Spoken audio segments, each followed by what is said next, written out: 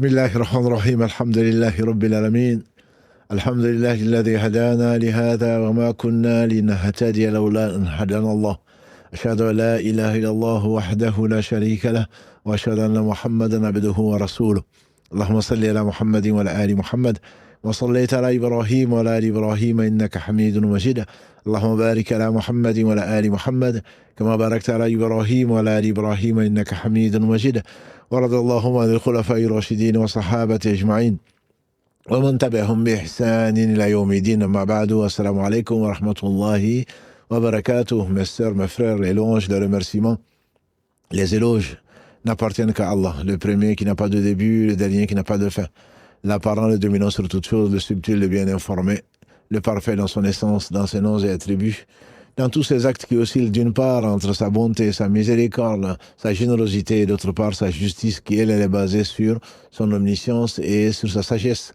Nous le louons, nous revenons vers lui repentant, nous lui demandons protection. Protection contre les conséquences de nos péchés, élucées dans le nombre, et les tendances de l'âme. Et l'âme ordonne le mal, hormis celle-là qui Allah fait miséricorde. Celui qui Allah guide, nul ne saurait l'égarer. Celui qui est privé de sa guidée, nul ne saurait montrer le bon chemin, le droit chemin, en dehors duquel il n'y a qu'égarement. J'atteste donc qu'il est le seul digne d'adoration, j'atteste de la véracité, de l'exemplarité, de la prophétie de Muhammad ibn Abdillah. Qu'Allah bénisse ce prophète, sa famille, ses compagnons, tous ceux qui les auront suivis dans le droit chemin, et nous fasse l'honneur d'en faire partie. Ensuite, donc, bienvenue dans ce live du samedi. Parle-moi de l'islam. Qui parle de l'islam parle bien sûr de cette religion qui est celle d'Allah subhanahu wa ta'ala qu'il a choisie et qu'il a donnée aux gens qu'il a choisis également subhanahu wa ta'ala. On ne saurait jamais le remercier, notamment pour avoir choisi, nous avoir choisis pour faire partie des gens qu'il a aimés, puisqu'il nous donne la foi qu'aux gens qu'il a aimés. Parler de l'islam, c'est parler également, bien sûr, du sceau des prophètes, le dernier messager qui n'a été envoyé que pour avertir et pour annoncer la bonne nouvelle. Donc, Muhammad ibn Abdillah, qu'Allah bénisse donc ce prophète, sa famille, ses compagnons, tous ceux qui les auront suivis dans le droit chemin. Aujourd'hui, donc, nous allons aborder donc cet épisode 20 du joyau de la prophétie. C'est ainsi que nous l'avons appelé donc cette série.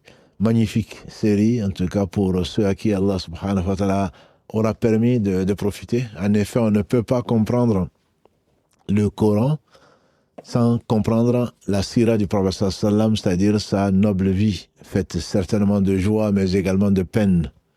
Et donc, après avoir été éprouvé à Uhud, après avoir été éprouvé par Allah à Badr, où ils ont connu donc le succès, Allah a recruté qui l'a recruté, 70 martyrs donc à Uhud. Et ensuite, la semaine dernière, dans l'épisode 19, nous avons parlé des martyrs, mais surtout des leçons qu'Allah subhanahu wa ta'ala a voulu donner aux compagnons du prophète sallam et ensuite à nous, successeurs, et certainement après nous également. Donc des versets 120, 121 jusqu'à 179 de la sourate 3, Allah subhanahu wa ta'ala nous explique pourquoi, nous décrit également l'enchaînement et le secret, la sagesse qu'il y a derrière donc quelques-uns des événements, mais Allah, il est le sage par essence, par excellence. Donc après Uhud, on peut imaginer que la notoriété, la crainte que pouvaient avoir les polythéistes vis-à-vis des musulmans avait baissé d'un cran. Et de combien? Donc des ennemis intérieurs et extérieurs ont repris du poil de la bête, se sont permis de dire, mais si vraiment, nous avions donc raison, pensait-il, puisque on les a vaincus à Uhud. Nous avons dit qu'à Uhud, il y a eu 70 martyrs. On dit qu'il y a eu 26 ou un peu plus de morts parmi les polythéistes. En tout cas, les musulmans ne sont pas sortis vainqueurs, sauf contre leur propre âme. Pour ceux, notamment, on a vu le cas de Saad, donc Ibn Rabi'a, donc, qui a passé le salam au prophète sallallahu alayhi wa sallam, en disant qu'il sentait l'odeur de Uhud. Également Anas ibn Nadr, qui sont entre autres Hamza ibn Abdul Muttalib, Moussa ibn Umayr, donc tous cela font partie de ces gens qu'Allah a choisi subhanahu wa ta'ala et donc qu'il a honoré par ce qu'il a voulu subhanahu wa ta'ala. Et ils ont au moins, comme l'a dit le prophète sallallahu alayhi wa sallam, ils ont au moins 6 caractéristiques des martyrs que d'autres n'ont pas, dont le fait de ne pas avoir donc le châtiment, même le questionnement l'épreuve de la tombe. Ils n'ont pas l'épreuve de la tombe. Parce que le prophète sallallahu alayhi wa sallam a dit, il suffit bien comme épreuve que de voir voltiger les épées au-dessus de sa tête.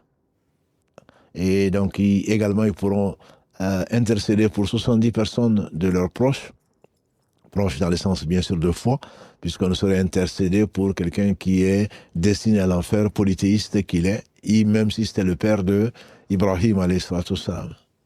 Ils sont également, donc, comme on l'a vu, les âmes sont dans les oiseaux, donc dans des volatiles qui siègent sur le trône et qui vont au paradis comme ils veulent. Et Allah l'a décrit, notamment dans le verset 169 de la sourate 3, combien il les a honorés, ils mangent, ils ont tout ce qu'ils veulent.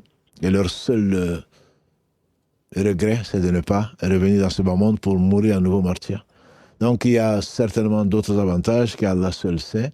L'agrément d'Allah très certainement au-dessus de tout cela.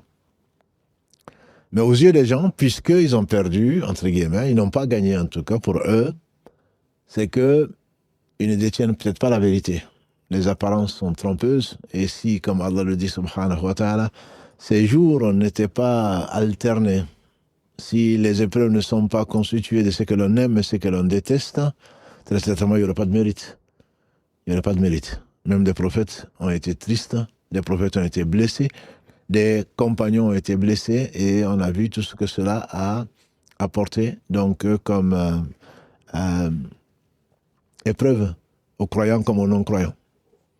Et donc de ce fait, il y a eu beaucoup de manifestations, et Allah seul sait ce qui va dans leur cœur, et qu'Allah nous éduque, et qu'Allah nous protège contre ce que l'on sait comme contre ce qu'on ne sait pas. On a vu la semaine dernière que Abdallah ibn Abbas, radiallahu ta'ala anhuma, avant que Allah subhanahu wa ta'ala ne leur parle, ne leur explique, ne leur parle d'eux-mêmes, ils n'avaient jamais imaginé qu'un compagnon du prophète sallallahu alayhi wa sallam pouvait avoir un penchant pour la vie de ce bas monde.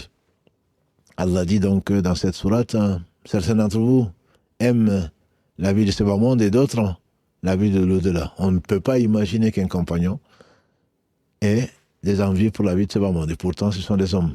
C'est pour cela que Allah dévoile au travers des épreuves pour qu'on se connaisse, puisque lui seul sait tout.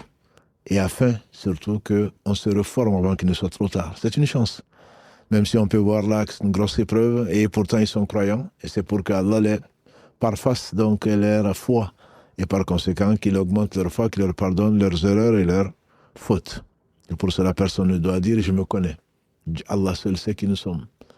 Et au travers des épreuves, on se découvre. On découvre en tout cas une partie de ce qui est caché en nous. Et qu'Allah soit loué, subhanahu wa ta'ala, de nous faire passer par des épreuves pour nous purifier, pour nous élever en degré. Donc il y a eu un certain nombre de tentatives d'agression, et notamment les Banu Assad, donc qui étaient tentés par les biens matériels, polythéistes qu'ils étaient, et qui ont planifié d'attaquer l'oasis, donc qui est Médine, et le prophète sallallahu alayhi wa sallam, avec les renseignements donc qu'il avait déployés, a su qu'ils étaient prêts à donc venir à Médine, et pour venir donc spolier les biens de Médine. Il a levé un détachement, une expédition, à la tête de laquelle il a mis Abu Salama. Abu Salama, si vous en souvenez, c'est le frère de lait du prophète sallallahu alayhi wa sallam, puisqu'ils ont été la même femme, et également son cousin du côté maternel. Et donc Abu Salama a été, avec 150 compagnons du prophète sallallahu alayhi wa sallam, par surprise, attaqué donc cette tribu-là, et ramener du bétail ou le reste. En tout cas, l'effet a été immédiat. Et grâce à Allah subhanahu wa ta'ala, ils sont arrivés et les troupes polythéistes ont fui. Abu Salama, après cela, puisqu'il avait reçu des blessures comme beaucoup d'autres, mais il avait reçu des blessures graves à Uhud, des blessures qui se sont réouvertes et infectées, et il en est mort. Qu'Allah l'agrée.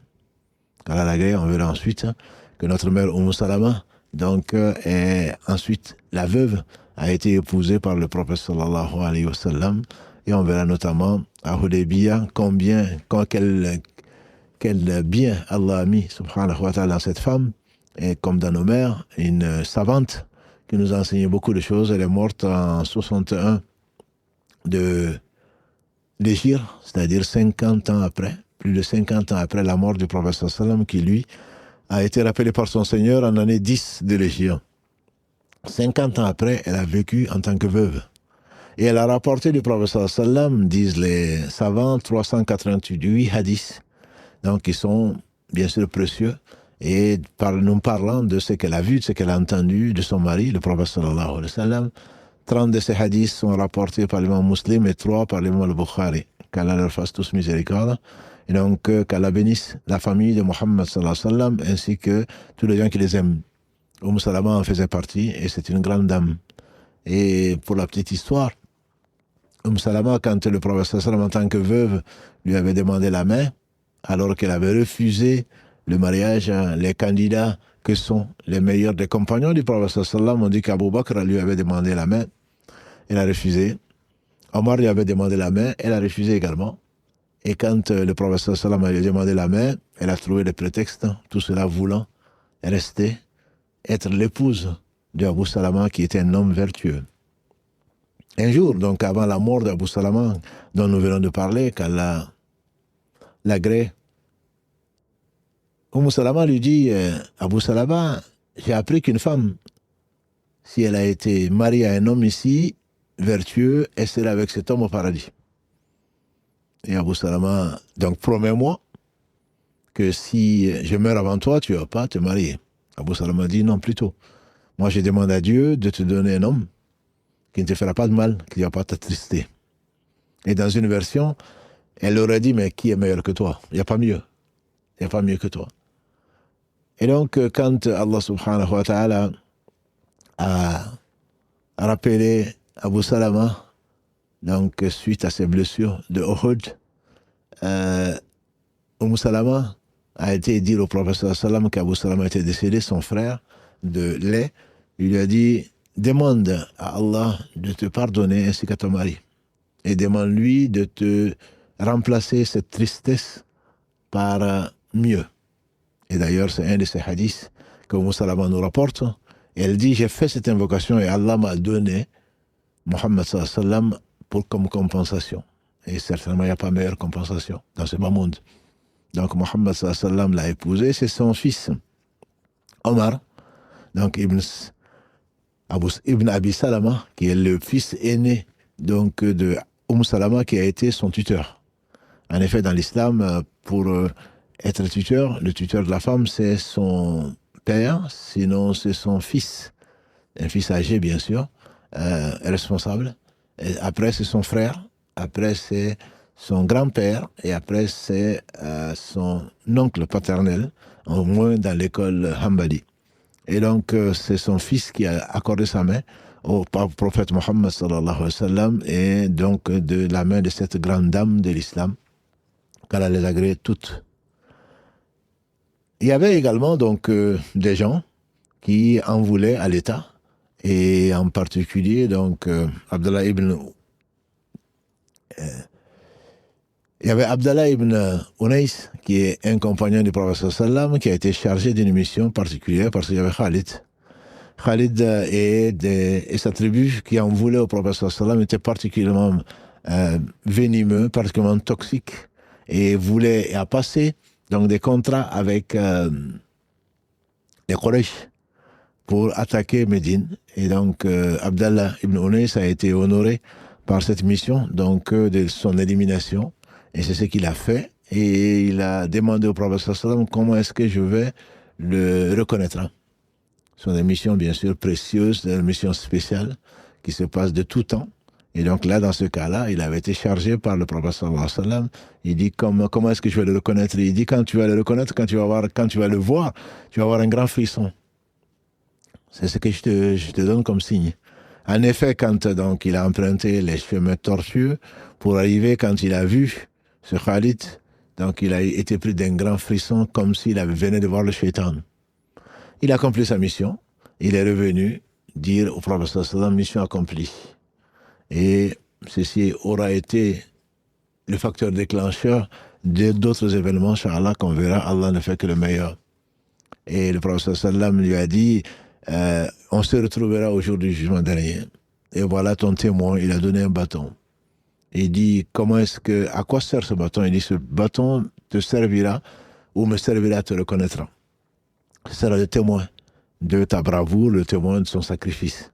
Et effectivement, donc, Abdallah ibn Unais, quand il allait décéder, il a demandé que ce bâton qu'il soit enterré avec ce bâton-là, qui est le signe de reconnaissance, parce qu'il croyait à Allah subhanahu wa ta'ala, puis il croyait à la parole du prophète sallallahu alayhi wa sallam, puisqu'il savait qu'il ne parlait pas de lui-même. Ça, c'est des gens qui étaient convaincus.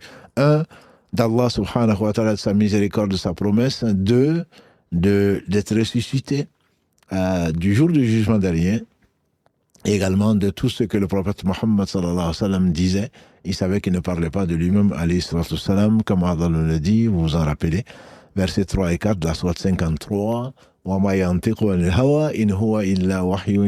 parle pas sous le fait de la passion, ce n'est que de la révélation, l'inspiration révélée. Ensuite, d'autres manifestations de l'animosité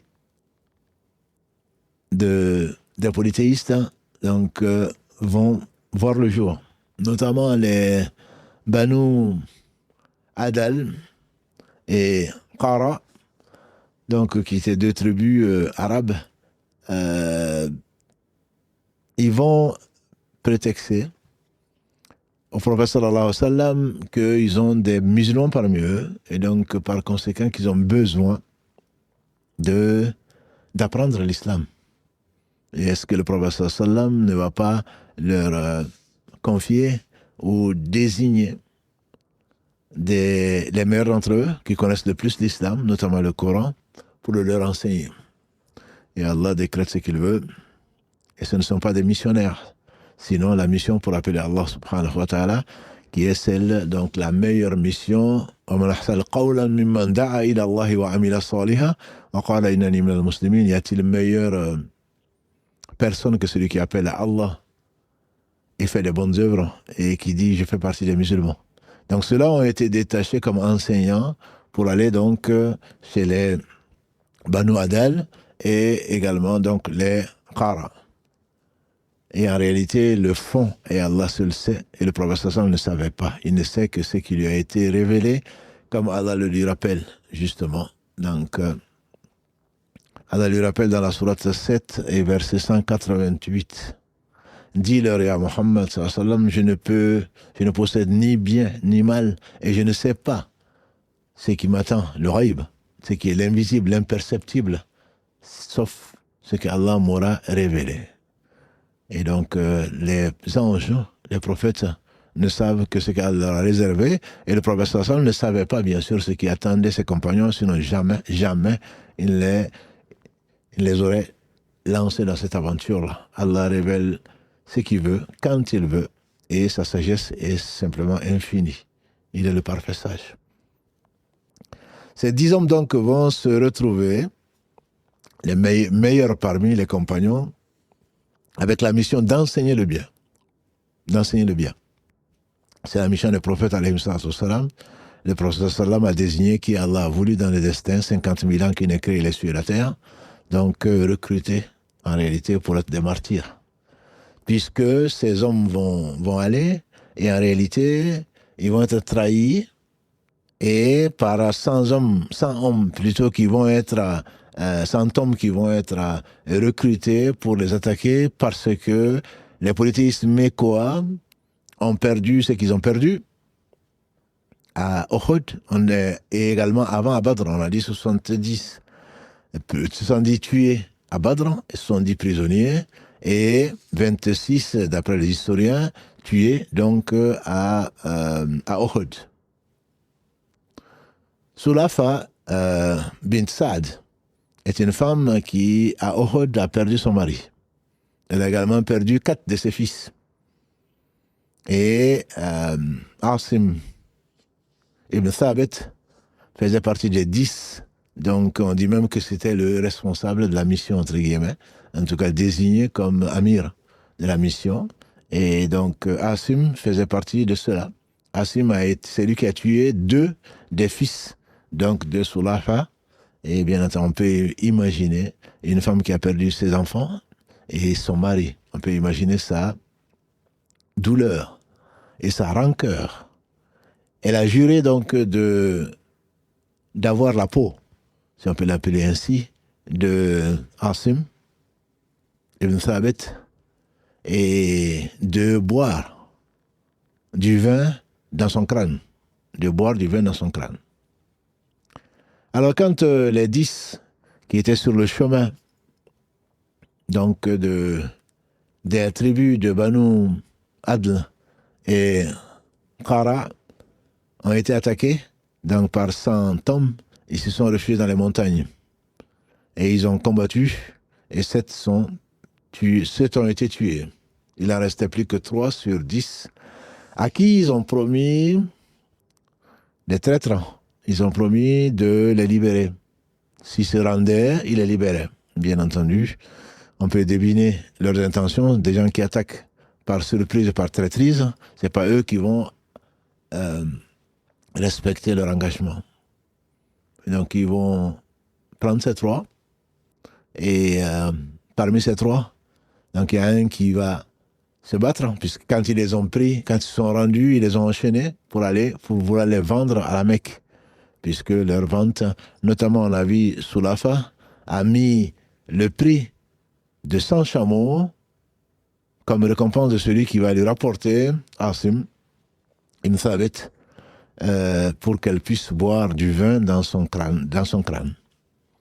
Et donc c'est la raison pour laquelle les gens qui recherchent le bas monde, qui ne croyaient pas au jour du jugement dernier, ennemis d'Allah, ennemis d'eux-mêmes, donc se sont lancés dans l'aventure qui leur vaudra probablement, en tout cas beaucoup d'entre eux, l'enfer pour l'éternité, sinon ils n'ont pas été guidés. Et on verra qu'Allah fait sortir le vivant du mort et le mort du vivant, un peu plus tard, Inch'Allah. Et donc Asim s'est battu, et Asim s'est battu. Et avant de mourir, il a demandé à Allah subhanahu wa ta'ala que son corps soit préservé. Son corps soit préservé. Et en fait, il y a Omar ibn Khattab, radiallahu ta'ala, qu'Allah préserve le corps du croyant, vivant comme mort. Asim, quand il a été tué, ils ont voulu récupérer, bien sûr, son corps. Ce qui les intéressait, c'est mort ou vif. Comme on le disait dans les films de cow-boy, mort ou vif. Et il a demandé à Allah donc que son corps soit préservé. Allah a voulu que quand il est mort, il y a une troupe d'abeilles donc qui est venue tourner autour de envahir entre guillemets l'espace donc où il y avait son corps. Ils se sont dit, on va attendre, on va patienter. Et donc ils ne pouvaient pas récupérer ce corps-là pour le vendre à Soulafa. Et on va attendre la nuit. Quand la nuit va arriver, certainement il n'y aura plus d'abeilles.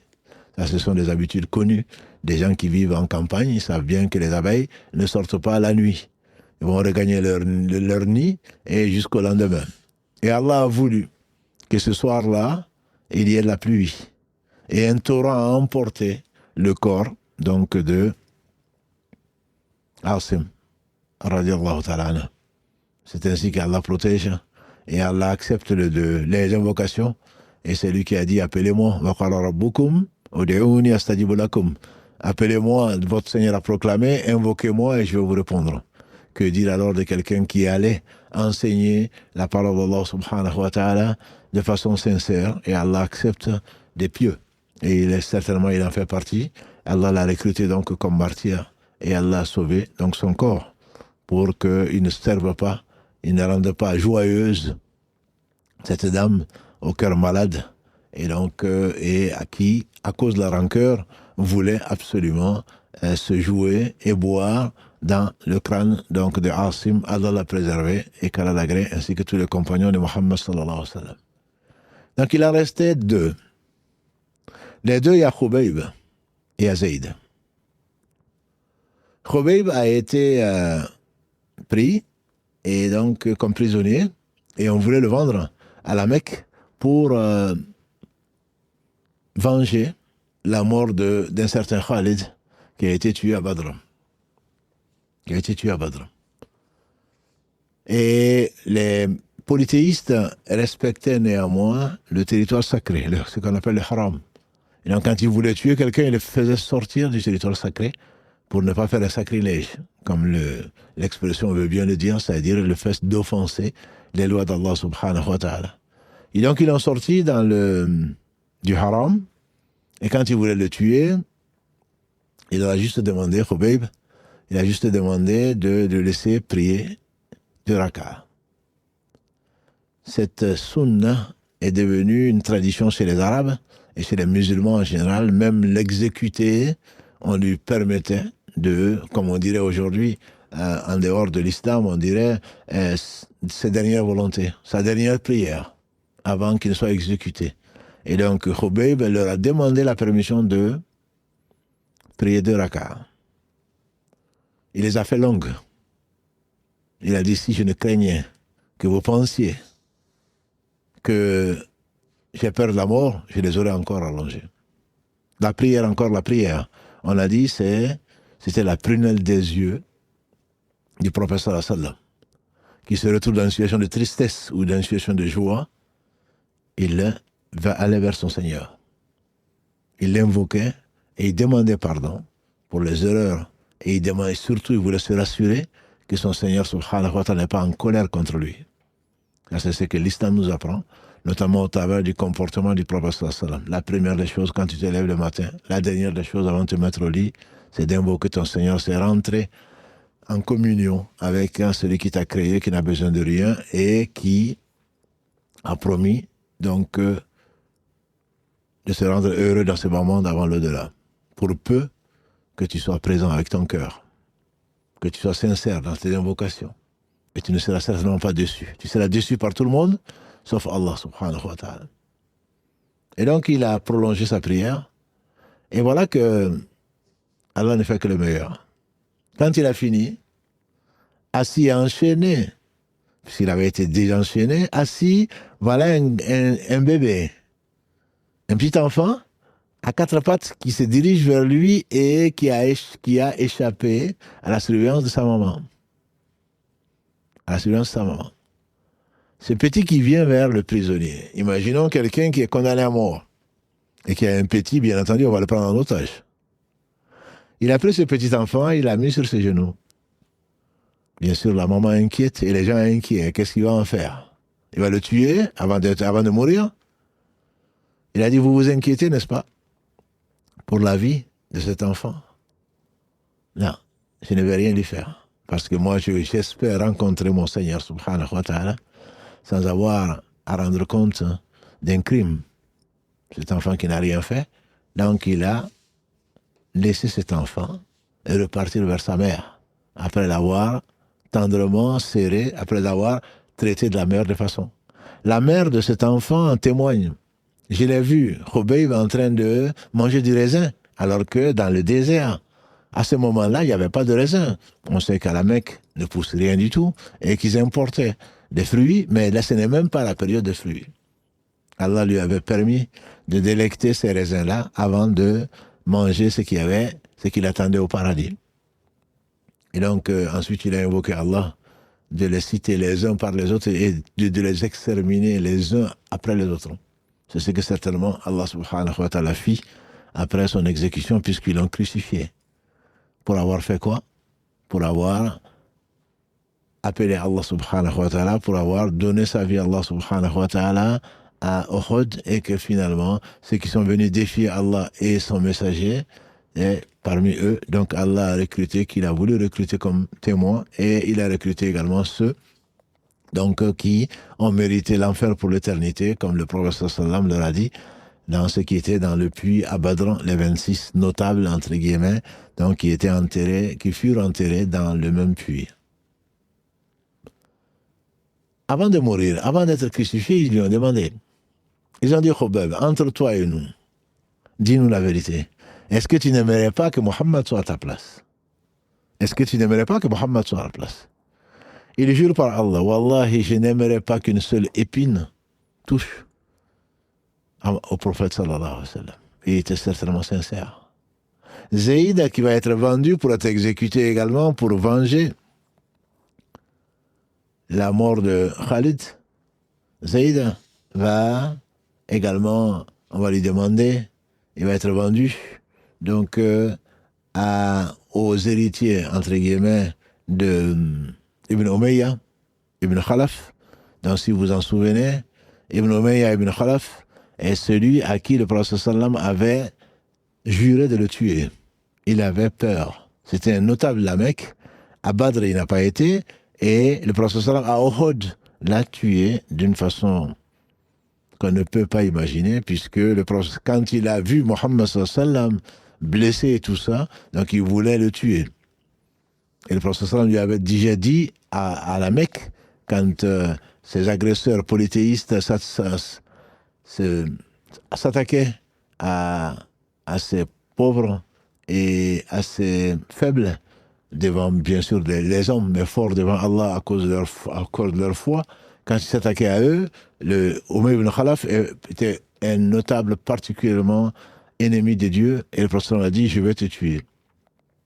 Et quand donc il a vu Mohammed sallallahu alayhi wa sallam à Uhud, il a voulu se précipiter dessus, le prophète sallallahu alayhi wa sallam a pris une lance. Il avait sa cotte de maille, bien sûr. Ces gens courageux qui se cachent derrière dans les chars, ou se cachent derrière des cottes de maille. Le prophète sallam lui a dit, il a voulu tuer le prophète sallam, qui a dit laissez-le.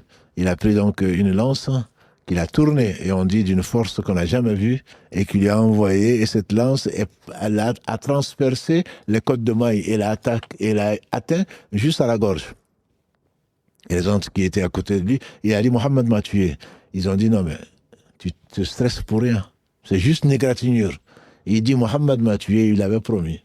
Et effectivement, il est mort de l'infection donc de cette blessure-là. À Uhud, il fait partie donc des 26 qui ont été tués à Uhud. Donc sa famille a acheté Zayd pour venger la mort de Umayya ibn Khalaf. Zayd, quand on l'a vendu à la Mecque et qu'on est sorti avec lui du territoire sacré, Abu Sufyan lui a demandé, il n'était pas encore musulman. Abu Sufyan, si vous en souvenez, c'est ce notable de la Mecque qui faisait du commerce, dont la poursuite de la caravane a causé la bataille de Badr, si vous en souvenez. Et c'est lui également qui, en traversant le Cham, a rencontré Héraclius, qui lui a posé, nous avons vu 11 questions, parmi lesquelles est-ce que cet homme qui prétend être prophète, est-ce qu'il a déjà menti? Et il a répondu sincèrement. Il dit, si je ne craignais pas que l'on dise qu'il est un menteur, j'aurais menti. Il a dit, effectivement, il n'a jamais menti. Et Héraclius a dit, s'il n'a jamais menti aux hommes, je me suis dit, il ne mentirait pas sur Dieu, subhanahu wa ta'ala. Et comme je voulais également rappeler, si vous le saviez, en tout cas si vous saviez, que les Arabes ne mentaient pas. Le mensonge est un très très gros défaut, même chez des gens qui ne croyaient pas. Abu Sufyan a demandé à Zayd, Zayd, dis-moi, par Allah, est-ce que tu n'aurais pas préféré que Mohammed soit à ta place et toi à la sienne? Il a dit jamais, jamais. Je ne souhaite pas. Il est plus cher pour moi que mon père et ma mère. Jamais je ne souhaite qu'il arrive quoi que ce soit à Mohammed sallallahu alayhi wa sallam. Abu Sufyan de leur dire, j'ai vu des gens. Je n'ai jamais vu des gens qui aiment autant quelqu'un comme les compagnons de Mohammed sallallahu alayhi wa sallam l'aimaient. C'est parce qu'Allah leur a donné le goût de la foi. Le prophète sallallahu n'a-t-il pas dit, Wallahi, ou comme il a dit, aucun d'entre vous ne sera véritablement croyant s'il ne m'aime pas plus que son père, sa mère, ses enfants, et plus que lui-même. Et on sait que quand il a dit ça, Omar ibn Khattab, radiallahu ta'ala anhu, a dit, Ya Rasulallah, Wallahi, je t'aime plus que tout le monde sauf moi-même. Et le prophète sallallahu a dit, pas encore. Pas encore. Et ensuite, après un court moment, il a dit, je t'aime plus que moi-même. Le prophète sallallahu lui a répondu, ah, que maintenant. Les savants, ils ont divergé. Quel est le sens de que maintenant? Ah, ce n'est que maintenant. Ou alors, ce n'est que maintenant que tu es arrivé à la vraie foi. À la vraie foi. Et donc ça, c'est les compagnons de Mohammed sallallahu alayhi wa sallam. Ils ne souhaitaient pas qu'une épine le pique, sallallahu alayhi wa sallam. Ça, c'est que l'amour, comme nous le disons souvent, quand Allah aime quelqu'un, et qui est-ce qu'il a aimé plus que Mohammed sallallahu alayhi wa sallam? Il appelle l'ange Gabriel de l'aimer, qui descend dans les cieux, les anges l'aiment, qui descend sur la terre et sur la mer, qui insuffle l'amour de la personne, donc à aux créatures. Je dis bien aux créatures. Que dire alors du cas de Mohammed sallallahu alayhi wa sallam?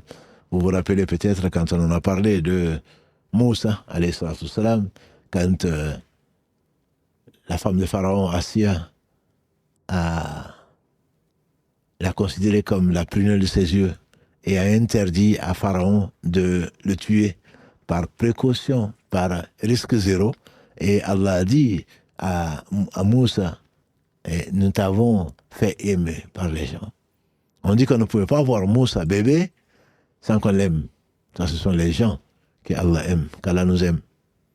Qu'Allah nous aime. On ne peut pas ne pas les aimer, même leurs propres ennemis, et reconnaissent en eux cette qualité et cette beauté qui inspire et qui oblige, force le respect et oblige d'aimer ces gens-là. Parce qu'Allah les a aimés. Et bien sûr, Mohammed sallallahu alayhi wa sallam était le meilleur des hommes, il reste le meilleur des hommes, et les gens l'aimaient, surtout ses compagnons. Il y a d'ailleurs un polythéiste qui, après être devenu musulman, disait « Il n'y a pas quelqu'un que je détestais plus que Mohammed sallallahu alayhi wa sallam. » Malgré la vérité qu'il véhiculait. Mais depuis que je suis musulman, c'est l'homme que j'aimais le plus. Ça, c'est Mohammed sallallahu alayhi wa sallam. Et donc, ils ont mis à mort, donc c'est 10. Et ce n'était pas fini. C'était un endroit qu'on appelle Rajir. Rajir est le nom d'un puits. C'était donc 10 martyrs qu'Allah subhanahu wa ta'ala a recrutés. Malgré eux, bien sûr, ils ont été pour faire le bien. Et ils ont rencontré donc le martyr. Et le prophète sallam, comme on a dit, il ne savait pas ce qui les attendait. C'est peut-être la sagesse pour laquelle les Banu Amir, qui avaient, entre autres, un chef qui prétendait à la prophétie. Les Banu Amir avaient donc un chef qui prétendait à la prophétie, qui a écrit au prophète sallam, et dit, je te propose 3 choses. Soit tu règnes sur les villes et moi je règne sur le désert, sur les bédouins du désert, donc on se partage la royauté, puisque lui, tout ce qui l'intéressait, c'était la royauté. Il s'appelait donc Amr. Soit tu me désignes comme ton successeur, auquel cas je me soumets et m'attribue avec toi.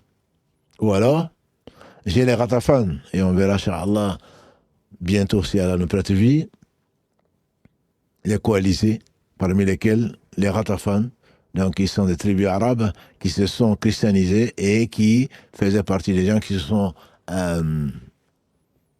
associés, coalisés pour envahir Médine.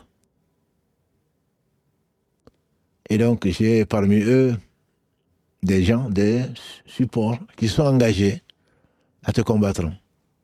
Donc tu as le choix entre ces 3, bien sûr, comme on peut s'en douter, le prophète sallam, comme il a fait avec d'autres prétentieux, a refusé à donner suite à ces 3 possibilités. Si tu veux, c'est Allah. La royauté appelle à Allah.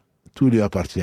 Il la confie à qui tu veux, à qui il veut. Moi, je suis prophète, tu ne l'es pas, et ce n'est pas la prophétie que tu auras. Tu es un menteur. Alors, il a voulu se venger, entre guillemets, il a voulu tuer Mohammed sallallahu alayhi wa sallam. Un des chefs de Banu Amir s'appelait Abu Bara, qui est un oncle, donc, de ce Amir. Cet oncle, donc, de ce Amir est venu à Médine avec des cadeaux, comme pour soumettre sa tribu, de Banu Amir. Et le prophète sallam l'a invité, comme tous, à l'islam. Parce qu'on ne peut pas proposer mieux, meilleur cadeau que la soumission à Allah subhanahu wa ta'ala qui est l'islam. Il a refusé. Cependant, il a dit, dans le Najd, donc une partie de l'Arabie, du désert, il y a des gens qui seraient peut-être intéressés par ce à quoi tu m'as appelé, et moi je refuse. Et si tu me confiais ces gens-là pour qu'ils puissent appeler à ton Dieu. Le prophète sallam, fort entre guillemets de l'expérience de Ar-Raji', il a dit, je crains pour mes hommes. Il a dit non, je m'engage, je les garantis. Je m'engage à les protéger. Finalement, le prophète sallam a accepté et a désigné, d'après certains, c'était 40, d'après d'autres, c'était 100, 70 compagnons plutôt, 40 ou 70, qui ont été donc qui ont été avec comme mission d'appeler Allah subhanahu wa ta'ala, 40 ou 70. Et Amir, qui voulait mettre son plan à exécution, a demandé des mercenaires pour les attaquer et ils ont refusé parce que les Arabes avaient l'honneur. Et ils disaient, l'engagement, on le tient. Ton oncle Abu Barra s'est engagé et nous, on ne va pas. Donc, nous engager contre lui. Néanmoins, dans les Banu Sulaym, il a trouvé des mercenaires, 100 en particulier, qui vont en nouveau faire un guet-apens, donc à ces 40 ou 70 compagnons du prophète sallam. Mais là, c'était des Qurra, comme c'était connu, c'est des gens qui connaissaient le Coran par cœur. Ils étaient vaillants, ils vivaient à la mosquée, et au cours de leur voyage, dans le Najd, ils travaillaient le jour et la nuit, ils révisaient le Coran et ils priaient. Ils étaient connus pour cela. Arrivé à un point, donc on appelle à un puits encore, de Maouna, Al-Raja, c'était le nom d'un puits, celui-là c'est le puits Al-Maouna. Arrivé donc à cela, ils ont été attaqués par 100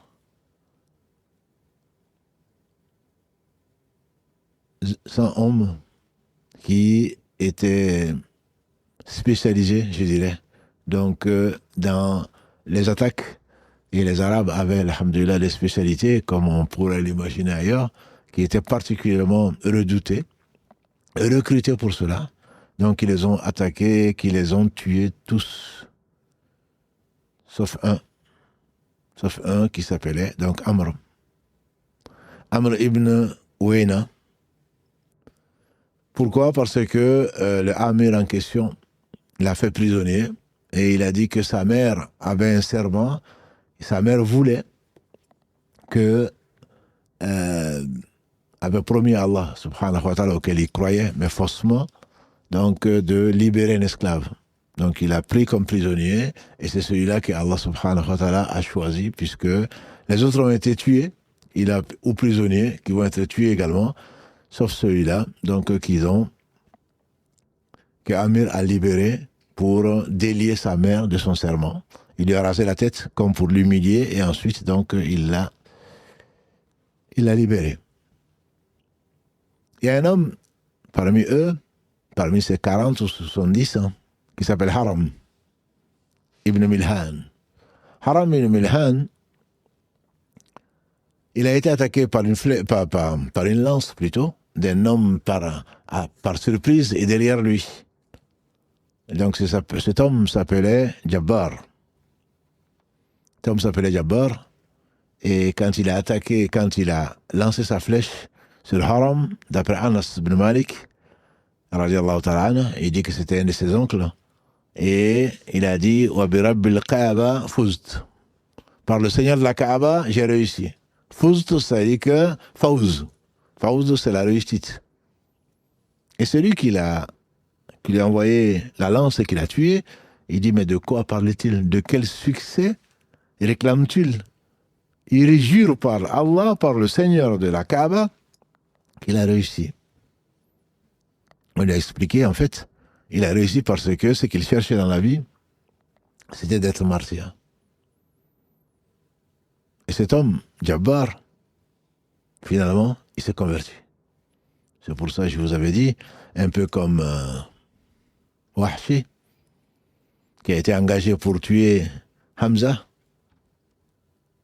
par Jouair, qui a été engagé pour tuer Hamza et qui finalement, Allah l'a guidé quand même vers l'islam. Il a été admiratif de celui qui venait et que son seul but c'était de plaire à Allah et de donner sa vie pour Allah. Et donc il dit, mais c'est ça qu'il appelle le succès? Ça l'a amené, grâce à Allah subhanahu wa ta'ala, à son assassin à devenir, à s'islamiser, si on peut l'appeler ainsi, à devenir musulman. Qu'Allah lui pardonne et qu'Allah l'agrée néanmoins. Et peut-être qui va prendre le nom, qui va prendre la main de Haram Ibn Milhan pour entrer au paradis. Je dis bien peut-être, parce que le prophète sallam a dit, Allah rit de la situation de deux personnes, l'un qui a tué l'autre, et les deux vont se prendre la main pour entrer au paradis. L'un qui a tué un musulman, un croyant, qu'Allah a recruté comme martyr, et l'autre qui ensuite s'est islamisé, s'est battu pour que la parole d'Allah subhanahu wa ta'ala soit la plus élevée, et finalement également qui est mort sur cette voie-là. Et les deux vont se donner la main pour entrer au paradis. Qu'Allah les agrée en tout cas tous. Qu'Allah subhanahu wa ta'ala soit satisfait de ceux qui ont donné leur vie et leur bien et leur temps pour que sa parole soit la plus élevée. Je pense aux prophètes, je pense aux gens qui les ont suivis dans le droit chemin, et qu'Allah subhanahu wa ta'ala les agrée tous. On a dit Amr Ibn Umayya, qui avait été libéré par Amir pour satisfaire aux vœux de sa mère. Donc il était le seul des 40 ou 70 qui a été libéré. Il repart vers Médine et il rencontre deux personnes, des Banu Amir. Ceux-mêmes qui ont trahi et qui ont mis à mort 40 ou 70 de ses compagnons. Ils avaient un sauf-conduit, mais lui l'ignorait. Il avait un sauf-conduit. Le prophète sallam leur avait garanti, donc, la vie sauve.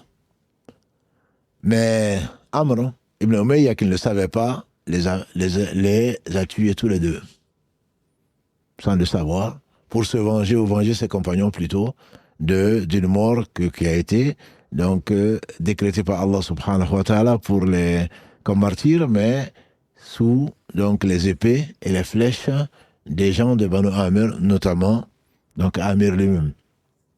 Quand il est arrivé, quand ceci a été raconté au prophète sallam, il leur a dit, tu les as tués alors qu'ils avaient un sauf-conduit, alors on va payer le prix du sang. Ça, c'est l'engagement des Arabes. Quand quelqu'un, involontairement, en tout cas quand il y a un homicide involontaire, c'est 100 chameaux. Et donc le prophète sallam a été voir donc les différentes tribus pour leur réclamer le prix du sang, pour les payer au Banu Amir, parce que ces deux étaient des innocents et ils avaient un sauf-conduit. Et c'est ce qui va nous amener à une partie de cet épisode qui est les Banu Nadir. Les Banu Nadir sont une tribu polythéiste, une tribu des gens du livre plutôt, qui vivaient à côté de Médine, comme deux autres tribus. Les Banu Nadir n'ont pas voulu s'islamiser, ce qui est leur droit, entre guillemets. Le prophète l'a respecté et on a mis donc la première constitution de Médine avec les gens du livre et avec les croyants.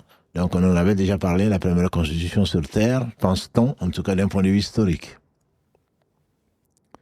Le prophète alayhi salatu wassalam avait stipulé que s'il y avait des prix de sang à payer, s'il y avait une solidarité à faire, il y a une solidarité donc qui incombe aux signataires de ce traité-là. Le prophète alayhi salatu wassalam a été donc chez les Banu Nadir, non loin de Médine, pour leur demander leur contribution pour payer le prix de sang pour ces deux des Banu Amir que Amr ibn Umayya a tués incidemment. Et donc, quand il a été voir cette tribu, ils ont dit, attends, on va se réunir, on va réunir notre contribution pour te la donner. Et le prophète sallam est resté là, assis donc, à côté d'un mur. Il était, dit-on, avec Abu Bakr et Omar, comme souvent. Tout d'un coup, il s'est levé, il est parti. Et Abu Bakr et Omar l'ont suivi. L'ange Gabriel est venu lui dire,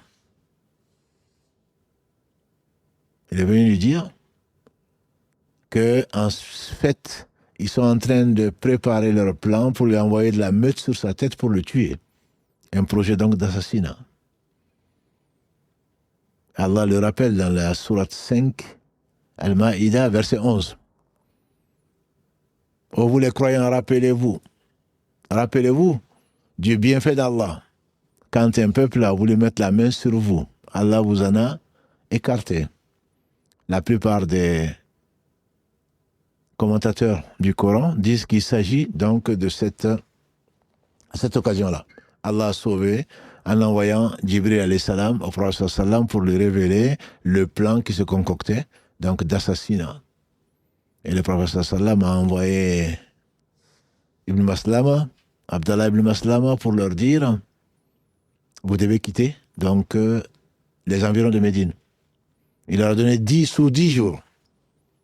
Sous 10 jours, ils ont accepté de quitter, vu qu'ils étaient conscients et ils savaient que ce qu'ils disaient était vrai et qu'effectivement, leur but, c'était assassiner le prophète sallam. Maintenant que leur but a été découvert, à ce moment-là, ils n'avaient qu'à se plier aux exigences de Mohammed sallallahu alayhi wa sallam.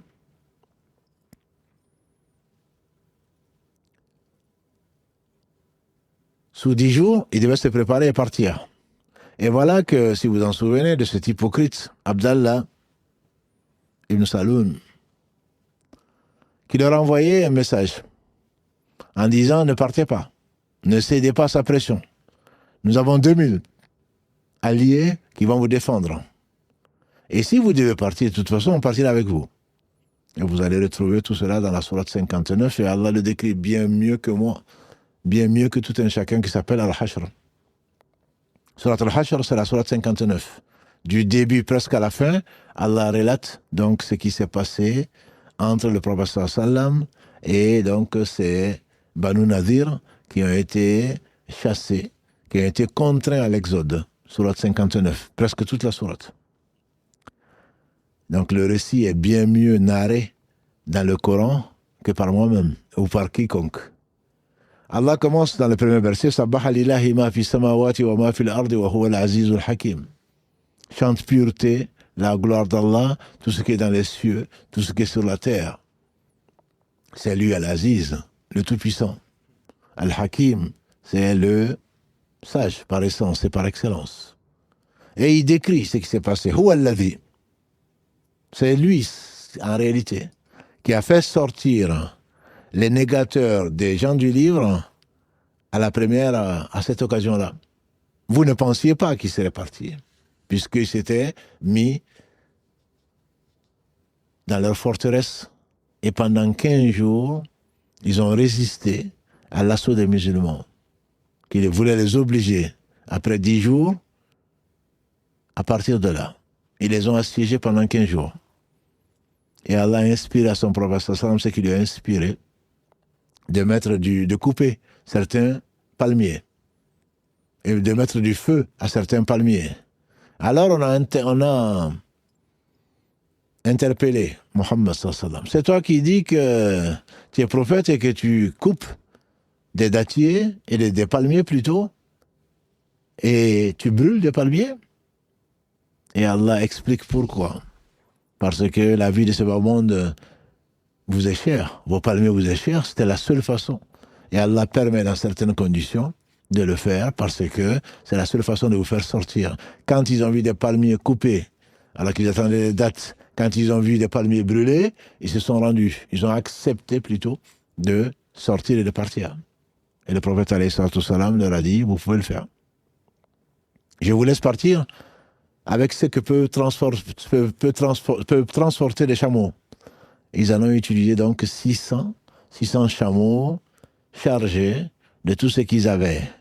Ils ont bien sûr pris de l'or, ils ont pris l'argent, ils ont même pris les murs des maisons pour les transporter, pour ne pas laisser aux musulmans quoi que ce soit, donc aux alentours de Médine.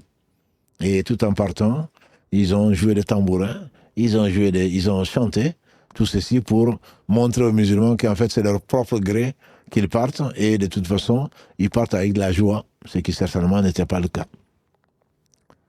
Huyay ibn Akhtab, qui est le père de notre mère Safiya, et on le verra plus tard, Inch'Allah, s'est réfugié avec d'autres notables à Khaybar.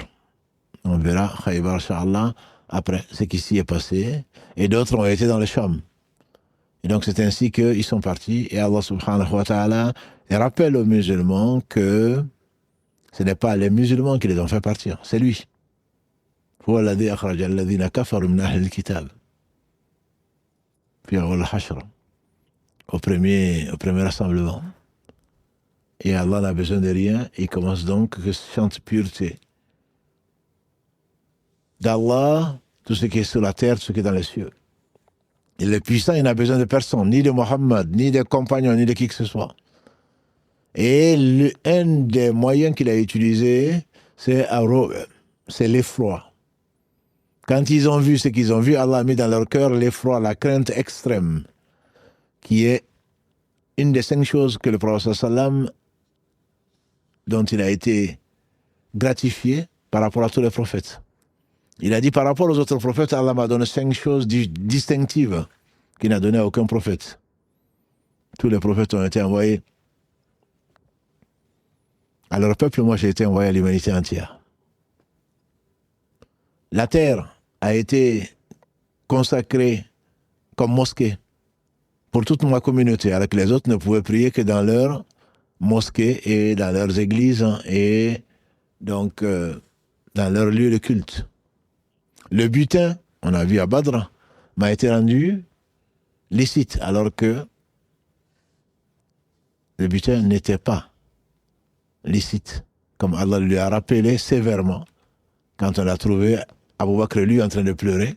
N'eût été un décret d'Allah subhanahu wa ta'ala, Allah vous aurait très certainement châtié. Le butin n'avait pas été permis, accordé donc aux prophètes avant toi. Et également le ru'b. Le ru'b, c'est quoi? C'est l'effroi qu'Allah met dans le cœur des ennemis de Mohammed sallallahu alayhi wa sallam. Il a dit, Allah a mis le ru'b, l'effroi, dans le cœur de mes ennemis à une distance de... Quand ils entendent parler de Mohammed sallallahu alayhi wa sallam, ils sont pris d'effroi. Ça fait partie de l'armée d'Allah subhanahu wa ta'ala, c'est lui qui détient tout, notamment les cœurs. Et donc Allah a mis de l'effroi dans les cœurs des gens, de ses ennemis, notamment là, à cause de cette armée, sans qu'ils fassent quoi que ce soit, sans combat. Ils ne se sont pas rendus, ils sont partis avec ce qu'ils ont pu emporter avec eux. On a dit donc que ce soit des fenêtres, que ce soit des murs, que ce soit quoi que ce soit, ils ont tout emporté ou presque. Et Allah également va dire, ce qu'il va dire aux compagnons du prophète, comment distribuer ce dont ils ont hérité sans combat, ce qu'on appelle le fail. Le fail, c'est différent de Al-Anfal. Al-Anfal, c'est le butin. C'est où les 4/5 sont distribués, le butin, 4/5 sont distribués aux combattants. Et 1/5 revient à Allah et son messager. Là, le fail, c'est 100% qui revient à Allah et à son messager. Et Allah lui dit comment il faut le distribuer, essentiellement aux pauvres, aux démunis parmi les gens qui ont abandonné meubles et immeubles, quitté la Mecque pour venir à Médine, qu'on appelle donc les Muhajiroun. Allah dit, le fail, ça appartient, le butin appartient à qui? À ceux-là qui ont abandonné, qui ont aimé Allah et qui ont été satisfaits d'Allah et qui ont abandonné leur peuple, leurs femmes, leurs biens pour la foi, à cause de la foi qu'Allah leur a donnée. Et donc, le prophète sallam explique cela aux Ansar et aux Muhajiroun, surtout aux Ansar, donc les gens de Médine, il les appelle. Et il dit, je vous fais 3 propositions. La première proposition, c'est que je distribue ce fay, ce butin, entre vos frères Muhajiroun et vous. Et il reste chez vous, puisqu'on sait que les Muhajiroun ont habité, beaucoup d'entre eux en tout cas, surtout au début, ont habité chez les Ansar, qui les ont aimés, qui ont vraiment, les ont considérés comme de vrais frères. Ou alors, je distribue ce butin en question qu'aux seuls Muhajiroun. Et alors, ils sortent de chez vous. Ils n'habitent plus chez vous parce que ils auront, là où habiter, ils auront de quoi subvenir à leurs besoins. Il appelait Saad ibn Obada, qui est un des chefs des Ansar, et Saad ibn Mu'adh, que l'on connaît également, qui est celui qu'il est. Le chef des Haus, parmi les Ansar. Ils ont dit non, Ya Rasulallah, ce que tu vas faire, tu vas leur donner ce butin-là, et ils vont rester chez nous. Ça, c'était des hommes. On savait que s'ils aimaient Allah, ce n'était pas pour ce bas monde. Ils ont accepté et ils ont subi les conséquences et ils ont payé un lourd tribut. On a dit à Uhud, parmi les 70 martyrs, il y en avait eu 65 parmi les Ansar. Ils ont payé un lourd tribut et ce n'est pas que là. Toute l'Arabie s'est liguée contre eux. Et comme on le verra, Inch'Allah, à Ahzab, ils ont voulu les exterminer parce qu'ils ont tenu à leur parole. Ils ont promis au prophète sallam de le défendre, lui et ses compagnons, comme ils défendraient leurs enfants et leurs femmes. Et ils ont tenu parole. Et donc, ça, c'est la vraie fraternité. Et le prophète sallam a donc partagé ce fait aux muhajiroun, les pauvres parmi eux. Ils étaient pratiquement tous pauvres. Et à quelques ansars qui étaient très pauvres, comme Abu Dujana, dont on n'a pas assez parlé à Uhud, Abu Dujana et un autre. Donc il a donné vraiment aux démunis parmi les ansars et aux muhajiroun. Et également, le prophète sallam donc a fait, puisque Allah le révèle dans cette surah 59 que je vous donne, que je vous suggère de lire, et vous allez voir c'est que ce et pourquoi Allah subhanahu wa ta'ala a révélé ces versets-là. Donc ça, ce sont les versets de verset 2 jusqu'au verset 11. Et ensuite, Allah subhanahu wa ta'ala dit ce que le croyant doit faire. Dans le verset 7 en particulier, il dit وَمَا أَتَاكُمُ الرَّسُولُ فَخُذُوهُ وَمَا نَهَاكُمْ عَنْ فَانْتَهُوا وَاتَّقُوا اللَّهَ إِنَّ اللَّهَ شَدِيدُ الْعِقَابِ.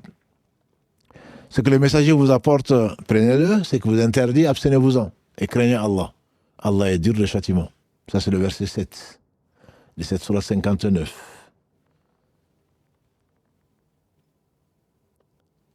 À ce niveau, il est bon d'ouvrir une parenthèse. Allah a dit que le butin appartenait à Allah, au prophète, qui doit être donné aux muhajiroun, etc. Les ansars en étaient satisfaits. Certains aujourd'hui prétendent que ce qu'ils trouvent dans le Coran, ils le prennent, ce qu'ils trouvent et ça suffit. Et pourtant, c'est le Coran qui dit ça. Al-Qama, Kalalagré, un deuxième G, un épigone, qui était un élève d'Abdallah ibn Mas'oud. Et qui c'est Abdallah ibn Mas'oud? On dit que c'est le 6e peut-être qui a embrassé l'islam. Un berger dont on a parlé dans les premiers épisodes, qui a répondu présent. Et il a été fidèle. Abdallah ibn Mas'oud est l'un des 4 de qui le prophète a dit prenez le Coran de 4 personnes, dont Abdallah ibn Mas'oud.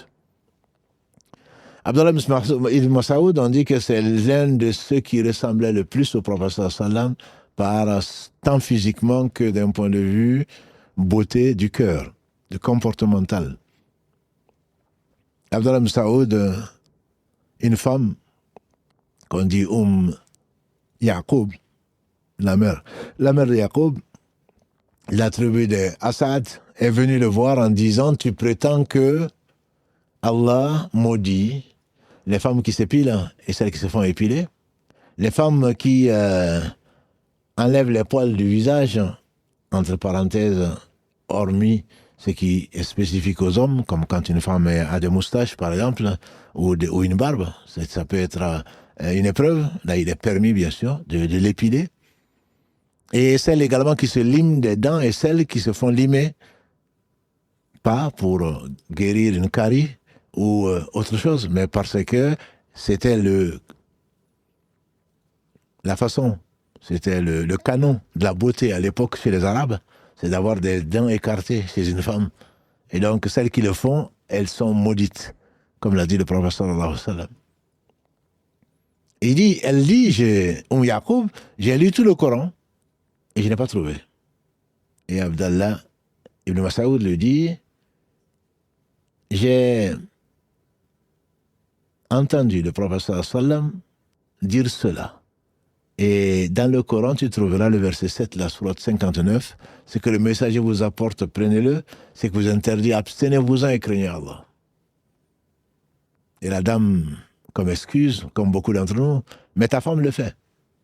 Ta femme fait ce que tu interdis là. Il a dit, va voir, va vérifier. Va vérifier si ma femme le fait. Elle revient et dit, non, je me suis trompé. Il lui dit, effectivement, si elle l'avait fait, je ne l'aurais pas gardé. Parce que le messager a interdit. C'est que Allah a interdit, le messager l'interdit. Et ne seront véritablement agréés d'Allah que ceux qui ont obéi au messager. Ça, c'est moi qui le dis. Le hadith se termine là. Il est rapporté par l'imam al-Bukhari dans le numéro 4886, comme numéro de hadith. Et c'est moi qui l'ajoute. Ne seront agréés d'Allah que ceux qui obéissent à Allah et au messager. Allah dit dans la sourate 4, les femmes, verset 69, وَمَا يُطِعِ اللَّهَ وَالرَّسُولَ فَأُولَٰئِكَ مَعَ الَّذِينَ أَنْعَمَ اللَّهُ عَلَيْهِم مِّنَ النَّبِيِّينَ وَالصِّدِّيقِينَ وَالشُّهَدَاءِ وَالصَّالِحِينَ فَحَسُنَ أُولَٰئِكَ رَفِيقًا. Celui qui obéit à Allah et au messager, voilà ce qu'Allah a agréé. C'est ce que tu recherches 17 fois par jour, ma soeur. Si tu es en position de prier, si tu es pur pour prier, mon frère, c'est ce que tu recherches 17 fois. Quand il dit Hidina siratal mustaqim, siratal ladina an'amta alayhim, guide-nous dans le droit chemin, ya Allah, le chemin de ce que tu as agréé. Allah dit que ceux qui sont agréés, ce sont les prophètes, les gens véridiques, les martyrs témoins et les gens de bien.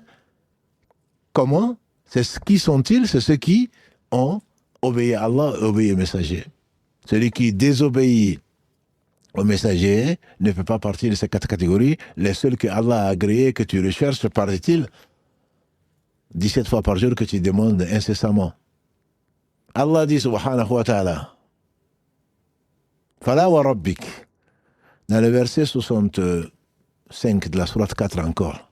Et je jure par Allah, Fala wa rabbika, la yu'minun. Ils ne seront véritablement croyants jusqu'à ce que tu tranches leurs différends et qu'ils acceptent de bon cœur. Dans le verset 59 de la même sourate les femmes, Allah dit Ya ayyuhalladhina amanu ati'u Allah wa ati'u rasoul wa ulul amri minkum. Oh, vous les croyants, obéissez à Allah et obéissez aux messagers et les gens qui détiennent l'autorité parmi vous. Dans le verset 80 de la même sourate, Comment yuti rasoul faqad ata Allah. Allah dit dans la sourate 4, verset 80, celui qui obéit au messager a obéi à Allah. Et malgré cela, et ce ne sont que quelques versets parmi d'autres, hein, que tu prétends croire à Allah, obéir à Allah en désobéissant au messager d'Allah. Il a dit alayhi salam, je vous laisse deux choses. Si vous y tenez, jamais vous ne serez égarés. Le livre d'Allah et ma sunna. Ils seront liés, tous les deux, jusqu'au jour du jugement dernier. Pauvres ignorants, prétentieux, innovateurs, qui pensent avoir découvert ce que d'autres n'ont pas découvert, c'est-à-dire le Coran nous suffit. Si tu doutes de la probité des compagnons de Mohammed sallallahu alayhi wa sallam, très certainement, tu ne prendras pas du Coran, puisque c'est eux qui nous l'ont transmis, car elle les agrée tous pour le choix qu'il a fait d'eux et la probité et l'intégrité qu'il a fait de ces hommes, qui sont les meilleurs hommes après les prophètes alayhi salam. Ce n'était qu'une parenthèse. Allah ensuite, subhanahu wa ta'ala, rappelle ce qu'il rappelle aux hommes, et c'est fondamental. C'est fondamental quand il dit, dans le verset 18, Ya ayyuhalladhina amanu, ittaqullaha wal tanzuru nafsum ma qaddamat lighadam. Juste avant ce verset, Allah continue dans le verset 10 en disant que le butin appartient aussi aux Ansar. Et quelle belle catégorie d'hommes qui donnent ce qu'ils donnent alors qu'ils sont même eux-mêmes dans le besoin. Et on a peut-être déjà raconté cette très belle histoire, on n'a pas de temps aujourd'hui de revenir dessus. Celui qui a donné le manger de ses enfants à un inconnu pour Allah subhanahu wa ta'ala, alors qu'il n'avait son épouse et lui-même, ils ont dormi le ventre vide. Et le lendemain, quand il a été voir le prophète sallam avec cet homme, le prophète sallam lui a annoncé, Allah a été satisfait de ce que toi tu as fait, toi et ton épouse, pour l'étranger. Et c'est vraiment des hommes, une catégorie comme il n'y en aura plus sur cette terre. Des compagnons du prophète sallam, même si les muhajiroun ont un pas sur eux. Et Allah loue celui qui prie pour eux. Et il dit le butin appartient aussi à ceux qui viennent après eux et qui disent Rabbana ghfir lana wa li ikhwanina alladhina sabaquna bil iman wa la tajal fi qulubina ghillan lil ladhina amanu Rabbana innaka ra'ufur rahim. Il dit le butin appartient aussi à ceux qui viennent après eux et qui disent Seigneur pardonne-nous ainsi qu'à nos frères qui nous ont dévancés dans la foi. Et ne mets pas Seigneur de rancœur dans nos cœurs contre les croyants. Ceux qui vivent de rancœur certainement ont un cœur qui est malade. Comment tu vas commenter? Tu vas pas aimer ce que Allah a aimé, qu'il a rapproché. Prends notamment le verset 29 de la sourate 48, à propos duquel le prophète sallam dit, à propos duquel Allah décrit les compagnons du prophète sallam, tels comment il les a décrits dans la Torah donnée à Moïse, dans l'évangile donné à Jésus. Et à la fin du verset, لِيَغِيظَ الْكُفَّارَ وَعَدَ اللَّهُ الَّذِينَ آمَنُوا وَعَمِلُوا الصَّالِحَاتِ مِنْهُمْ مَغْفِرَةٌ وَأَجْرٌ عَظِيمٌ. Afin que soient remplis de rancœur les cœurs des dénégateurs. Allah leur a promis pardon et il a promis une récompense énorme. Et donc ta récompense sera en fonction de l'amour que tu auras pour Allah, pour son messager, pour les compagnons, et non. Et si tu ressens de la rancœur, tu ne pries pas pour les frères, comme Allah le dit. Comment est-ce que la foi t'est arrivée? La foi t'est arrivée au travers du sacrifice de tes pères, de tes grands-parents, des gens qui ont pris le message d'Allah subhanahu wa ta'ala, qui te l'ont transmis. Si tu as de la rancœur contre les croyants, très certainement, tu fais partie de ceux que Allah a décrits, qui meurent de rancœur et qui, très certainement, ne font pas partie des meilleurs que dis-je. Comme l'a dit le prophète sallallahu alayhi wa sallam, la communauté se divisera en 73 parties, 72 en enfer. Ils lui ont demandé, mais quelle est la seule partie qui sera sauvée? Il dit, celle qui sera sur ce sur quoi moi je suis aujourd'hui, moi et mes compagnons. Là, tu es certainement sur une autre route. Je voulais commenter les autres versets de la sourate 59, mais je vois qu'il est déjà tard et que Mohamed Adda s'agite pour transmettre quelques-unes de vos questions, pour se faire le porte-parole. Et à la partie technique, Karim, accompagné par Ryan, dorénavant. Voilà, qu'Allah les bénisse et les récompense par le meilleur. Mais on s'est arrêté quelques instants. Si vous voulez la suite, Inch'Allah, je vous invite à découvrir le déroulé et les leçons qu'Allah subhanahu wa ta'ala tire ou nous fait tirer de cette sourate 59, en tout cas du verset 1 jusqu'au verset 10 que nous avons commenté. Le reste, Allah voudra très certainement, et il n'arrivera que ce qu'il voudra, qu'on en parle peut-être une autre fois.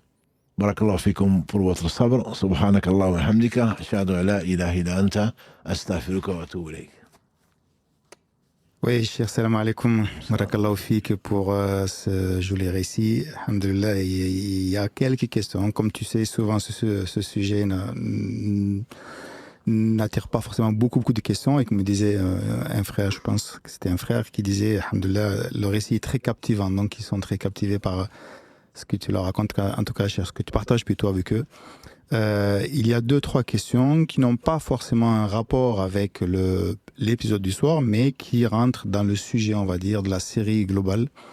Et la première question qui a été posée, c'est une personne qui dit que signifie nous ne faisons aucune distinction entre les prophètes. Est-ce que cela inclut le prophète sallallahu alayhi wa sallam qui est donc normalement le meilleur des créatures? Là, mais effectivement, la personne fait bien de poser la question, parce que parfois on se dit, mais c'est contradictoire. Non, c'est toi qui es ignorant. Je ne parle pas de la personne, bien sûr. C'est que quand il n'y a pas de contradiction dans la parole d'Allah, subhanahu wa ta'ala, il n'y a pas de contradiction dans le comportement du prophète sallallahu alayhi wa sallam. Quand nous disons qu'il est le meilleur des hommes, c'est parce qu'il est le meilleur des hommes. Et Allah a fait de lui le sceau de la prophétie. Et Donc, quand Allah dit la nufarriqu bayna ahadim min rusuli, dans le verset entre autres 285 de la sourate Al-Baqarah, ne faisant aucune distinction entre les prophètes, le sens n'est pas celui-là. Allah a choisi, on dit 120 000 et quelques, 124 000 prophètes. Et il a choisi parmi ceux-là 313, 315 messagers, donc parmi les prophètes. Et ceux-là, il a choisi 5 ulul azm min ar-rusul, les prophètes de la détermination. Donc il y a bien une différence. Il y en a 5, c'est Noé, Abraham, Moïse, Jésus et Mohammed, qu'Allah les bénisse. Et de ces 5, il a préféré Mohammed à tout le reste.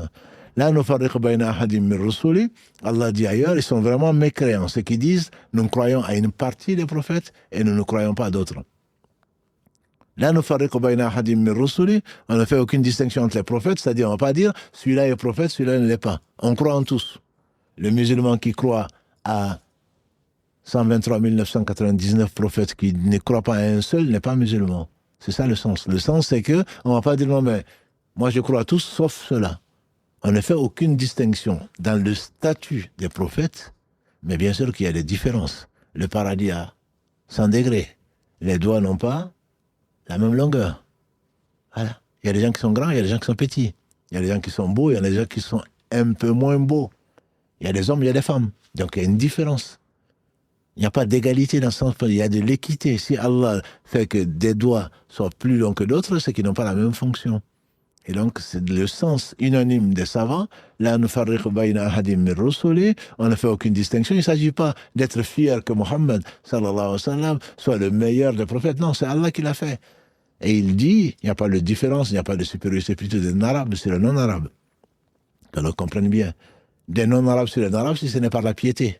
Et donc, il ne s'agit pas... Il y a des différences entre les hommes, il y a des différences entre les femmes, il y a des différences entre les races d'animaux, puisque la race humaine, elle est la seule, elle est unique. Il n'y a pas de... Ce qu'on appelle la race humaine n'existe pas au pluriel. Il y a une race. Donc, on descend tous d'Adam, et Adam a été créé de Turab, comme l'a dit le prophète sallallahu alayhi wa sallam. Nous ne faisons aucune différence entre les prophètes, ça veut dire que nous ne disons pas, nous croyons à certains prophètes et nous ne croyons pas à d'autres. Et donc c'est ça le sens de ces versets-là, et ce n'est pas le sens de pourquoi vous parlez de Mohammed plus que les autres, non, c'est Allah qui a parlé plus que d'autres. Demain il sera honoré comme personne. Quand les gens sortiront de terre, sortiront de leur tombe, pieds nus, corps nus, non circoncis, et qui seront sous le soleil et qu'on va demander qui est-ce qui va nous sauver aujourd'hui? On préférerait aller à l'enfer plutôt que de rester sous ce soleil. Mais ce n'est rien par rapport à l'enfer. On va aller voir Adam, comme vous le savez, c'est le hadith de l'intercession, la grande intercession, qui va dire c'est pas moi. Ils vont aller voir Noé, qui vont dire certainement pas moi. Ils vont voir Ibrahim, ils vont dire non, c'est pas moi. Ils vont voir Moïse, il va dire c'est certainement pas moi. Ils vont voir Jésus, il va dire c'est pas moi. Allez voir Mohammed. Il dit je vais me lever, je vais me prosterner devant Allah. Il dit c'est bien moi, c'est moi qui... Tous les prophètes, alayhi salatu wassalam, ont demandé, ont fait une invocation dans le bas monde, qu'Allah a exaucé. Moi, je le réserve pour l'au-delà. Et c'est la grande intercession, il va demander à Allah, après qu'Allah l'ait honoré devant toutes les créatures, il est le seul qui va pouvoir demander ça à Allah devant toutes les créatures. Tous les prophètes auraient aimé certainement être honorés ce jour-là, mais c'est lui qui sera honoré par cette mission. C'est la raison pour laquelle nous demandons, après l'appel à la prière, آتي محمدا الوسيلة والفضيلة وبعث مقام محمود الذي وعدته, donne-lui et accorde-lui ce que tu lui vas lui accorder comme honneur et cette place unique que tu as promise. Et donc, et Allah subhanahu wa ta'ala lui donnera ce jour-là devant les hommes et les femmes, les noirs et les rouges, devant toutes les créatures, et c'est lui qui sera honoré ce jour. C'est parce que Allah a dit cela, on ne lui pose pas de questions. Barakallahu fik, Cheikh. Effectivement, la question était quand même assez pertinente, je trouve. Donc, c'était la réponse. Alhamdulillah, barakallahu fik, ça, au moins, ça permet d'apporter cette précision-là. Là, j'ai une question qui, je pense, donc, en rapport vraiment avec l'épisode de ce soir. La personne a dit, je n'ai pas compris la précision qui fut apportée concernant les compagnons partis, mais eux, ils révisaient le Coran. Ont-ils été tués? Les 70 ou les 40 ou les 70 selon la version qui en sont partis, donc c'est aussi qu'Allah soit béni et il l'est que sa gloire soit exaltée, et elle l'est pour nous ramener à ça, c'est-à-dire les porteurs du Coran, ce sont les Hufaz. Ils connaissaient le Coran par cœur, ils travaillaient dans la journée et ensuite la nuit ils priaient. C'est juste pour dire que le Coran, le fait de porter le Coran ne veut pas dire autre chose, on n'est pas payé parce qu'on porte le Coran, parce qu'on fait prier les gens. C'était des gens parce qu'ils connaissaient le Coran, parce ils le faisaient pour l'au-delà. Rappelons-nous que ceux qui portent le Coran pour ce bas monde-là, ils font partie le prophète nous a mis en garde contre les 3 premiers combustibles de l'enfer, dont quelqu'un qui portait le Coran pour les gens. Donc ils ont été tués, ils ont été massacrés, alors qu'ils partaient pour enseigner le Coran à des gens. Et donc ils ont été trahis par 100 cavaliers ou 100 archers, et qui les ont tués, massacrés pour la sagesse que Allah sait, mais pour des raisons de vengeance. Des Banu Amir, entre autres, comme on l'a dit, Amir qui voulait être un prophète, qui n'a pas pu, qui a menacé le prophète sallam, donc de lui envoyer une armée avec les Ghatafan, sauf si il le laissait être son successeur, ou alors qu'il soit lui aussi vice-roi, qu'il règne donc sur la Badia, c'est-à-dire sur le désert, et que le prophète sallam, lui, s'occupe des villes. Donc ils ont été effectivement massacrés dans Haram, donc qui a dit qu'il a été lui, son nom est cité particulièrement parce que Jabbar l'a trahi et l'a assassiné avec une lance, et il s'est exclamé: et par le Seigneur de la Kaaba, j'ai réussi. Et ceci a amené Jabbar et son assassin à devenir musulmans. Non, ils ont tous été massacrés. Par contre, et Allah ne fait que le meilleur, ils ont dit une chose que Shaitan m'avait fait oublier. Ils ont dit: oh Allah, informe ton prophète sallallahu alayhi wa sallam que nous t'avons rencontré, que tu as été satisfait de nous et que nous avons été satisfaits de toi. Et le prophète sallallahu alayhi wa sallam, effectivement, l'ange Gabriel certainement est venu le trouver en lui disant: voilà ce qu'ils ont dit. Et le prophète sallallahu alayhi wa sallam a relayé cette information-là. C'est-à-dire qu'ils ont été trahis, ils ont été massacrés, mais ils ont rencontré Allah et Allah a été satisfait d'eux et ils ont été satisfaits d'Allah. Et ils voulaient que le prophète sallallahu alayhi wa sallam le sache pour que sa douleur s'amenuise. Pour que les gens qui les ont perdus, entre guillemets, et qu'est-ce qui nous appartient hormis nos péchés, sachent qu'ils sont dans un endroit meilleur que là où ils étaient. Et que donc, comme Allah le dit, ils n'ont pas à être tristes. Et ils ne seront pas tristes. Ceux qui ont rencontré Allah, Allah a été satisfait d'eux. Et la satisfaction d'Allah est très certainement la plus grande chose, et elle est encore meilleure que le paradis. Donc la question me permet de rappeler donc cette invocation, de cette demande qu'ils ont faite à Allah subhanahu wa ta'ala, satisfait d'Allah et le destin qu'Allah leur a tracé, et que surtout Allah a été satisfait d'eux, et de le transmettre au prophète sallallahu alayhi wa sallam, pour que lui puisse le transmettre à ses compagnons. Voilà, juste pour compléter sa question, enfin, je n'avais pas fini de la lire entièrement, elle dit: quel message devons-nous comprendre en fait de cette situation, en fait, de cet épisode? Cet épisode, il y a beaucoup de leçons qu'on peut en tirer, notamment ce qu'en tirent les savants, à savoir que, alhamdoulilah, il y a des choses qui se passent. Le prophète sallam, s'il n'est pas informé, il ne peut pas le savoir. Autrement, il aurait été assassiné il y a bien longtemps déjà. Et ceux-là, ils disaient qu'ils craignaient. Ils craignaient que, pour ses compagnons qu'il va envoyer, il veut les envoyer pour le bien, mais ils craignaient pour cela. Et on l'a rassuré. Abu Bara l'a rassuré et il a tenu parole. Simplement, ils ont été trahis. Donc le prophète ne connaît pas l'avenir. Il ne connaissait pas l'avenir. Il reste un homme, le meilleur des hommes certes, mais il ne connaît pas l'avenir. Et même s'il craignait, le destin va quand même se réaliser. Et ils sont partis pour une chose, ils seront récompensés pour cela. Ce n'est pas parce qu'ils ne sont pas arrivés également à enseigner. C'est pourquoi ils sont partis. Ils sont partis en tant qu'enseignants pour appeler Allah. Et pourtant, ils ne sont pas arrivés puisqu'on les a trahis, ils sont morts. Néanmoins, Allah a été satisfait d'eux et ils ont été satisfaits d'Allah subhanahu wa ta'ala. Il y a au moins ces 4 ou 5 leçons que l'on peut dire très brièvement.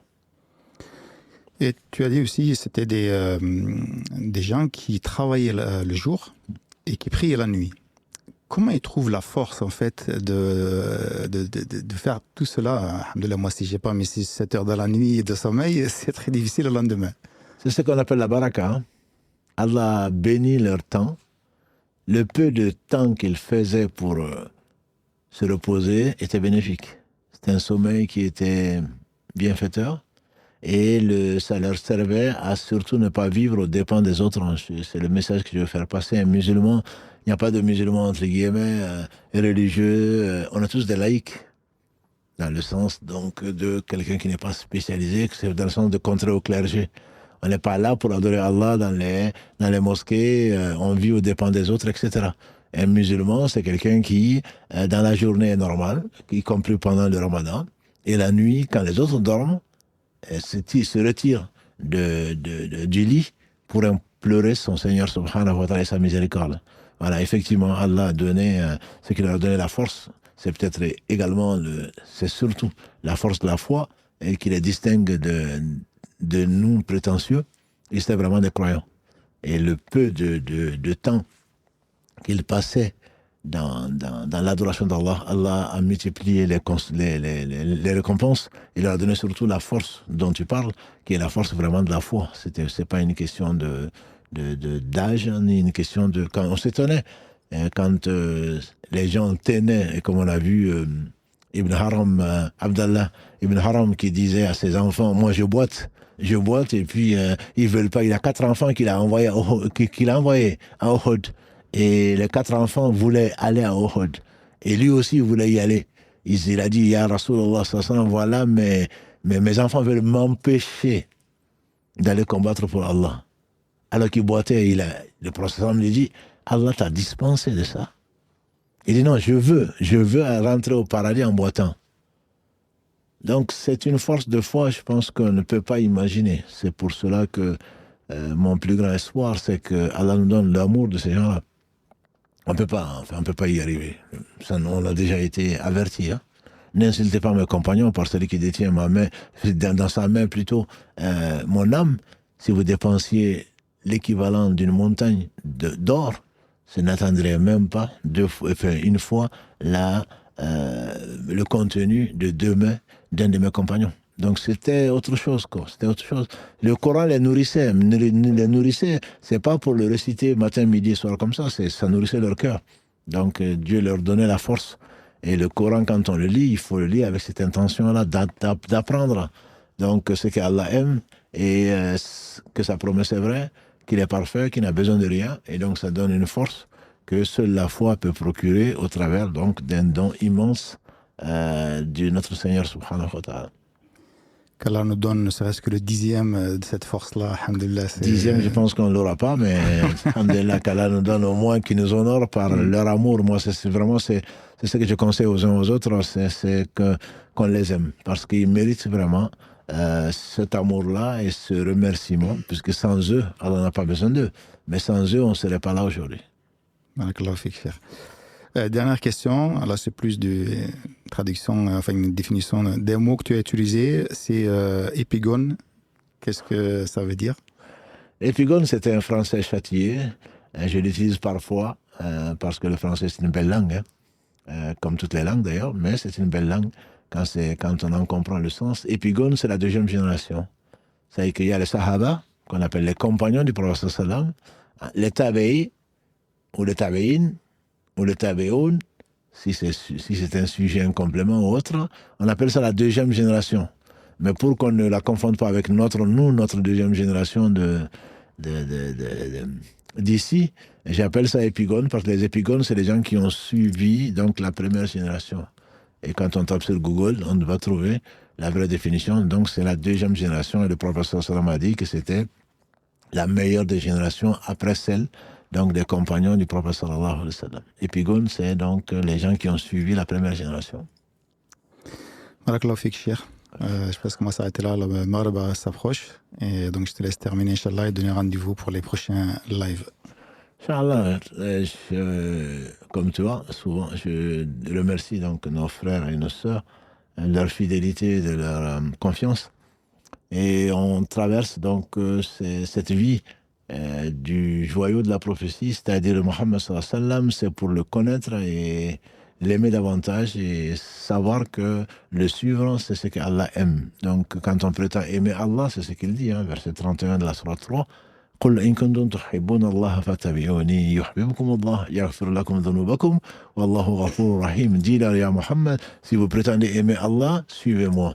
Donc on ne peut pas suivre quand on n'est pas sûr de la chose, et la certitude donc vient de cette science qui d'une connaissance ou d'une science qui est sûre, et donc la certitude vient d'Allah subhanahu wa ta'ala. Et ce que j'aime beaucoup et que j'aimerais que les frères et les sœurs partagent, c'est cette complémentarité entre guillemets entre ce que Allah dit dans son livre et la vie du prophète sallallahu alayhi wa sallam.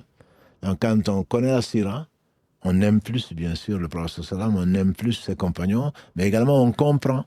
Prends la sourate 59, tu ne la comprendras pas si tu n'as pas en tête ce récit qu'on vient de faire aujourd'hui de Banu Nadir.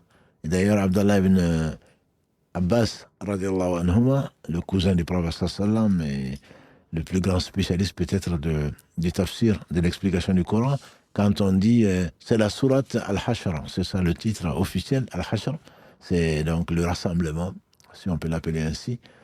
Il dit non, tu veux dire la sourate Banu Nadir, parce que presque, donc jusqu'au verset, on a dit, jusqu'au verset 10, Allah parle de cela, et le reste des versets, Inch'Allah, on le verra probablement la semaine prochaine, pour voir Allah commente et dit ce qui est dans le cœur des hypocrites. Et donc, ce n'est pas encore Banu Nadir, mais on verra de quoi sont capables encore les hypocrites, ennemis d'Allah, ennemis d'eux-mêmes. Donc, Allah relate ce qui est, ce que l'on voit, ce que l'on ne voit pas, et ce qui nous attend également. Et il finit cette belle sourate, comme toutes les sourates, par se louer lui-même, subhanahu wa ta'ala, dans les versets 22 à 24, où il cite combien d'attributs et combien de 13 de ces noms, si ma mémoire est bonne.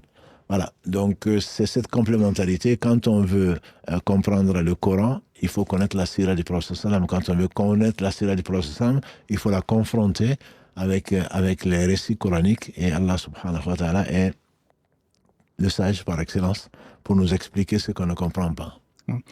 Cherche juste pour compléter, là c'était le 20e épisode. Donc dans le premier, je crois, dans le deuxième, on avait mentionné un certain nombre de livres justement pour connaître le prophète sallallahu alayhi wa sallam. Donc ceux qui veulent en savoir plus, et notamment trouver des livres, donc on en a conseillé dans le premier, je crois, ou le deuxième épisode, il me semble.